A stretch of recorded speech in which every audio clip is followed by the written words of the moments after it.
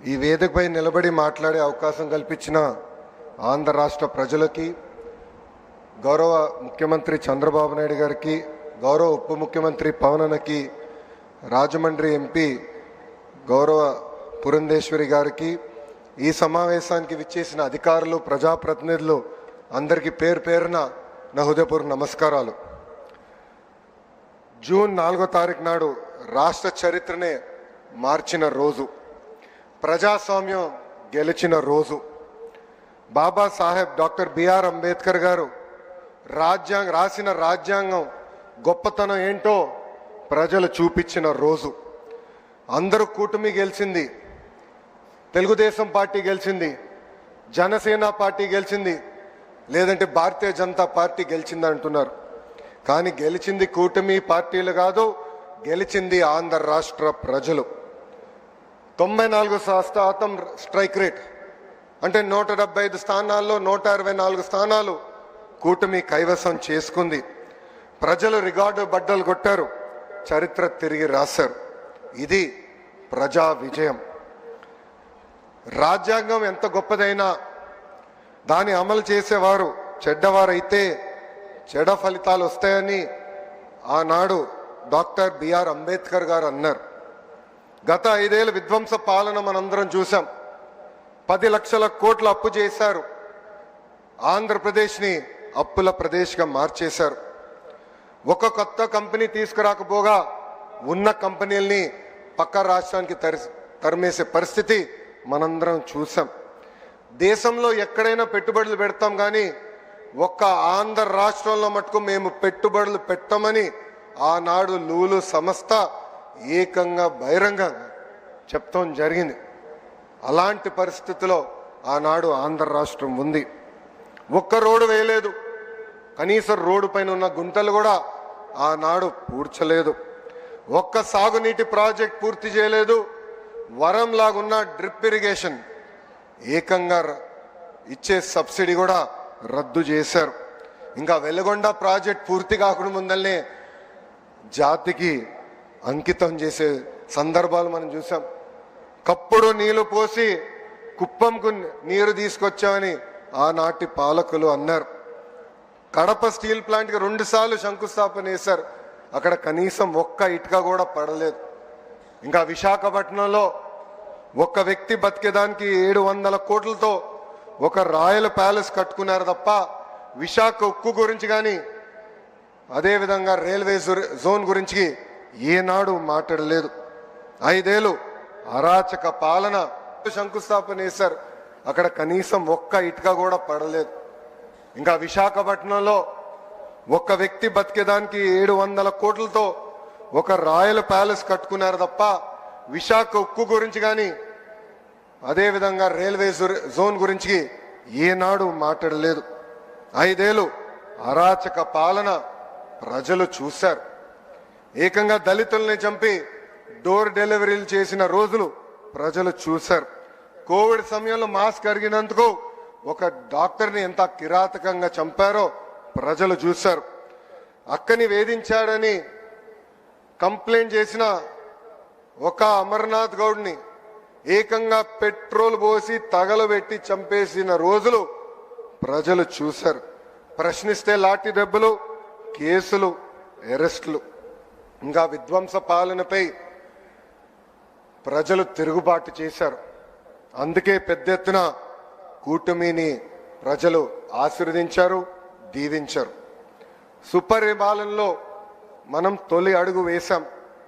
5 ఏళ్ళు రాష్ట్ర విధ్వంసం చేసిన వారు ఈరోజు ప్రజాప్రభుత్వం ఏం చేసిందని ప్రశ్నిస్తారు.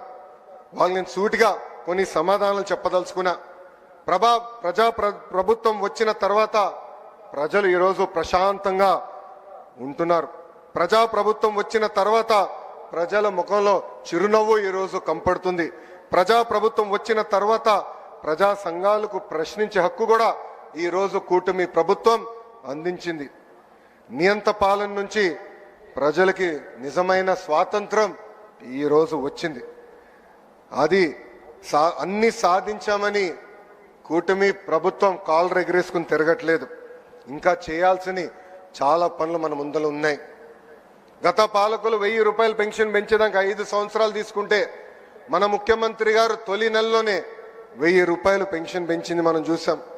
దేశంలో ఏ రాష్ట్రం ఇవ్వని విధంగా వృద్ధులకి 4000 రూపాయలు, వికలాంగులకి 6000 రూపాయలు, బెడ్కే పరిమితమైన వారికి 15000 రూపాయలు ఈరోజు కూటమి ప్రభుత్వం అందిస్తుంది. అంటే ఒక పెన్షన్ కార్యక్రమం ద్వారా 34,000 కోట్ల రూపాయలు ఈరోజు కూటమి ప్రభుత్వం ఆర్థిక సహాయం చేస్తుంది.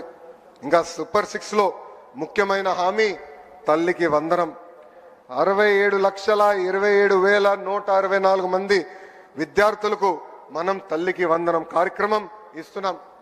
ఈ యొక్క కార్యక్రమం ద్వారా 8,745 కోట్ల రూపాయలు తల్లుల ఖాతాలో డబ్బులు జమ చేశాం.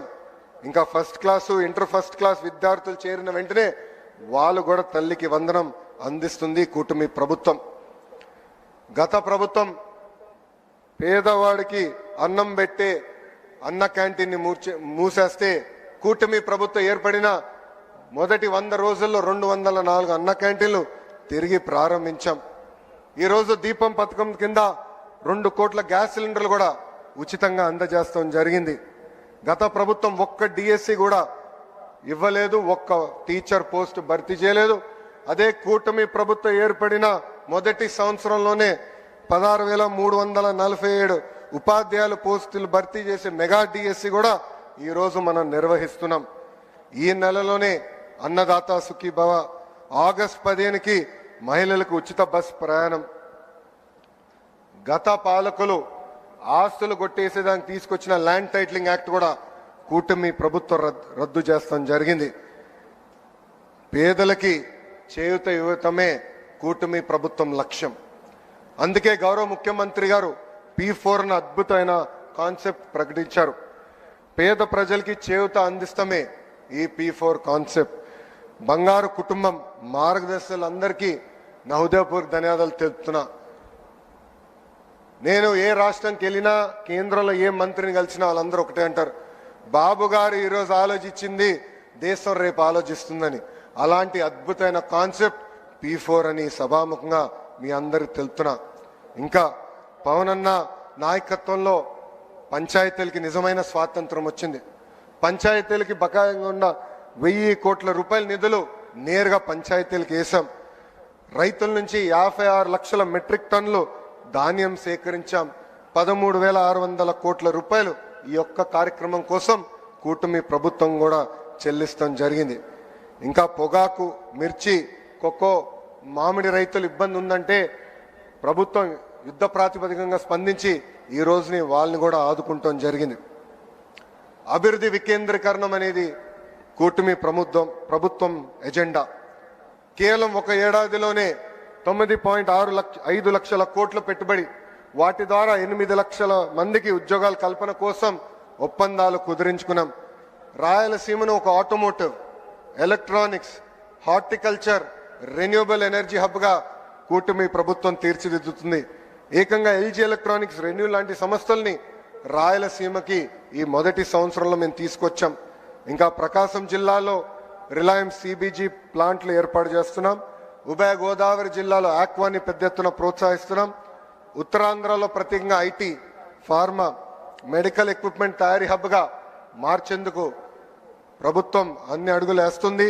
ఏకంగా ఆర్సిలర్ మిత్తల్ ప్రాజెక్ట్, ఒక TCS, ఒక కాగ్నిసెంట్ కూడా ఉత్తరాంధ్రకి ఈరోజు కూటమి ప్రభుత్వం తీసుకొచ్చింది. మన ప్రభుత్వం డబుల్ ఇంజిన్ సర్కార్. మన నమో రాష్ట్రం కోరిన అన్ని కోరికలు ఈరోజు తీరుస్తున్నారు. అమరావతి పనులు ఈరోజు డబుల్ స్పీడ్లో పట్టాలు ఎక్కించాం. పోలవరానికి ఏకంగా 12,000 కోట్ల రూపాయలు కేటాయించారు. ఒక విశాఖ ఉక్కు కాపాడడానికి 11,500 కోట్ల రూపాయలు ఈరోజు మన నిధులు ఇస్తాం జరిగింది. ఇంకా ఉర్వకల్ కొప్పర్తి ఇండస్ట్రియల్ నోడ్కు 5,000 కోట్ల రూపాయలు కేంద్ర ప్రభుత్వం మనకి సహాయం చేసింది. Visakha railway zone, Bhogapuram airport పనులు వేగంగా ఈరోజు జరుగుతున్నాయి. ఇంకా కర్నూలు హైకోర్టు బెంచ్ ఏర్పాటు కోసం కూడా కేంద్ర ప్రభుత్వం సహకరిస్తుంది. ఇది ఈ డబుల్ ఇంజిన్ సర్కార్ వారినే సాధ్యమని దయచేసి ఇక్కడున్న మనందరం గమనించాలని కోరుతున్నాం. నేను విద్యాశాఖ మంత్రిని. నా శాఖలో తీసుకువచ్చిన అనేక సంస్కరణల గురించి కూడా ఒక నిమిషం మీ అందరికి చెప్పదలుచుకున్నా. రాజకీయాలకు అతీతంగా విద్యా వ్యవస్థ ఉండాలని బలంగా నమ్మే ప్రభుత్వం ఈ కుటుంబీ ప్రభుత్వం. గతం పాలనలో ఫోటోలు, రంగుల పిచ్చిలు మనందరం చూసాం. పుస్తకాల పైన, బ్యాగుల పైన, బెల్ట్ల పైన, చివరిగా కోడిగుడ్డు పైన కూడా ఫోటోలు పెట్టే పరిస్థితి.